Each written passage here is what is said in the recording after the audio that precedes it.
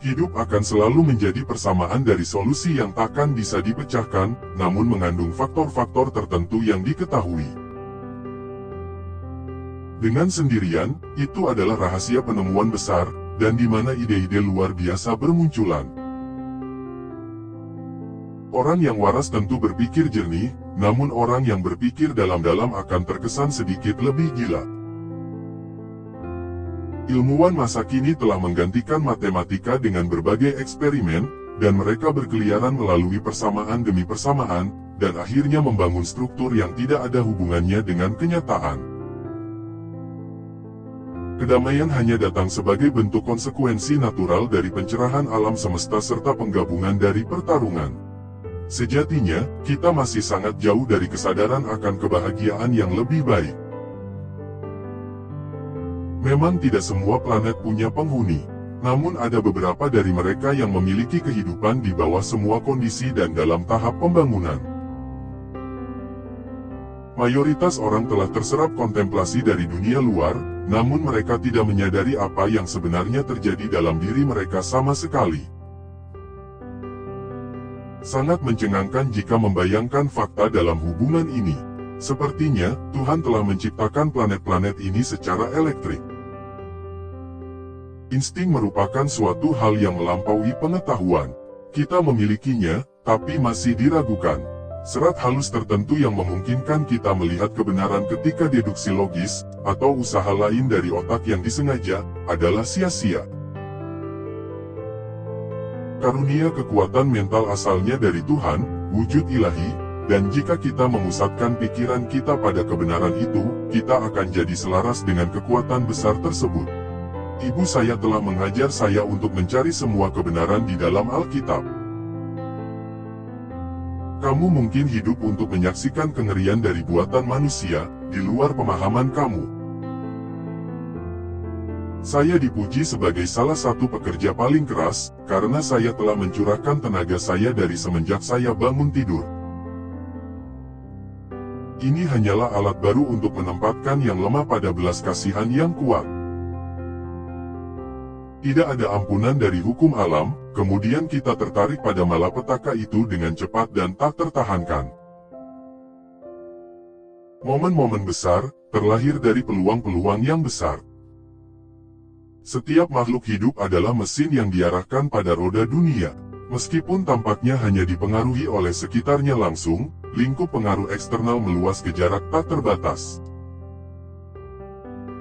Ada satu hal dalam diri saya, yang mungkin saja adalah sebuah ilusi, yang sering dialami anak-anak muda ketika mereka berada pada momen kebahagiaan.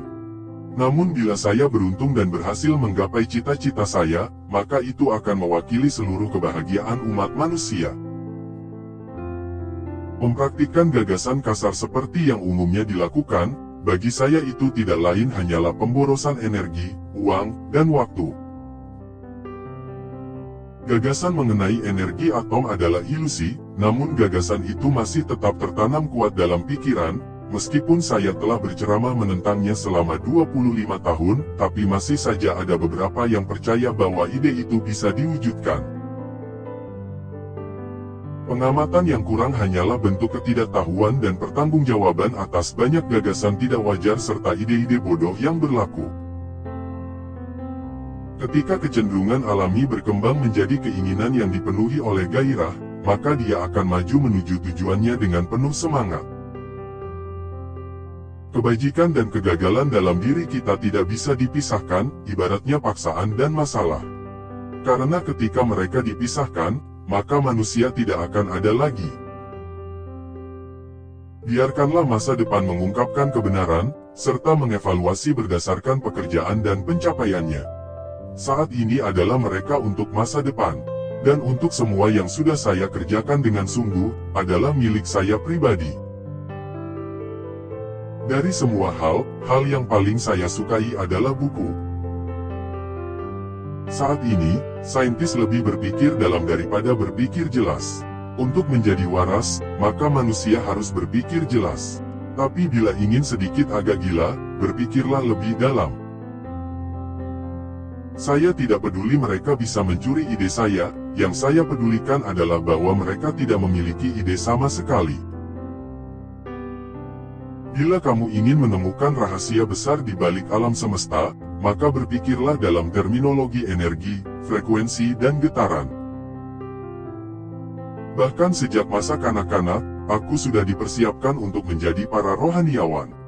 Namun prospek ini tergantung seperti awan gelap di benakku. Ada sebuah perasaan yang menerpa saya, yakni keyakinan bahwa saya adalah orang pertama yang mendengar sapaan dari satu planet ke planet lainnya. Bahwa tidak terpikirkan di benak saya, bahwa kamu akan dapat menyebutkan seorang pria yang sudah menikah, bisa membuat berbagai penemuan besar. Pada abad ke-21, robot akan menggantikan peran manusia, di mana budak bekerja di peradaban kuno. Itu bukan cinta yang kamu ciptakan, melainkan cinta yang telah kamu berikan. Individu bersifat sementara, ras dan budaya datang lalu pergi silih berganti, namun manusia tetaplah ada. Apa yang dikatakan seseorang manusia sebagai Tuhan, orang lain menyebutnya sebagai hukum fisika. Andai saja kamu tahu kebesaran dari 3, 6, dan 9, maka kamu akan tahu kunci dari semesta ini. Penemuan merupakan output terpenting dari otak kreatif setiap manusia. Tujuan utamanya yakni menguasai misteri pikiran atas material dunia secara utuh, dan pemanfaatan sifat manusia untuk kebutuhan manusia. Manusia selalu menginginkan suatu sensasi yang baru secara terus-menerus, tetapi segera acuh padanya. Keajaiban hari kemarin merupakan suatu hal yang biasa terjadi hari ini. Semua yang ditertawakan, disalahkan, diserang dan disepelekan di masa lalu adalah hal-hal yang luar biasa. Semua itu dilakukan untuk menghadirkan berbagai hal yang lebih kuat dan lebih berjaya dari sebuah perjuangan.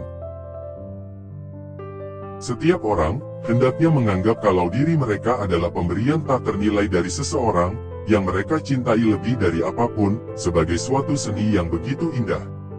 Keindahan yang tak dapat dideskripsikan dan misteri di balik konsep manusia. Otakku hanya berfungsi sebagai penerima saja.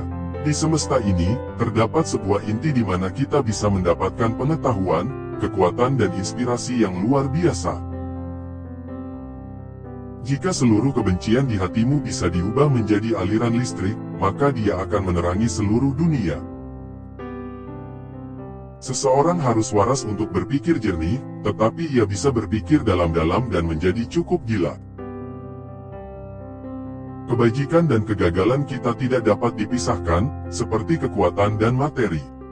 Ketika mereka berpisah, manusia tidak akan ada lagi. Hari Ilmu Pengetahuan mulai mempelajari fenomena non-fisik, di mana hari itu akan membuat lebih banyak kemajuan dalam satu dekade daripada keberadaannya dalam abad sebelumnya. Jika Anda ingin menemukan rahasia alam semesta, pikirkanlah energi, frekuensi, dan getarannya.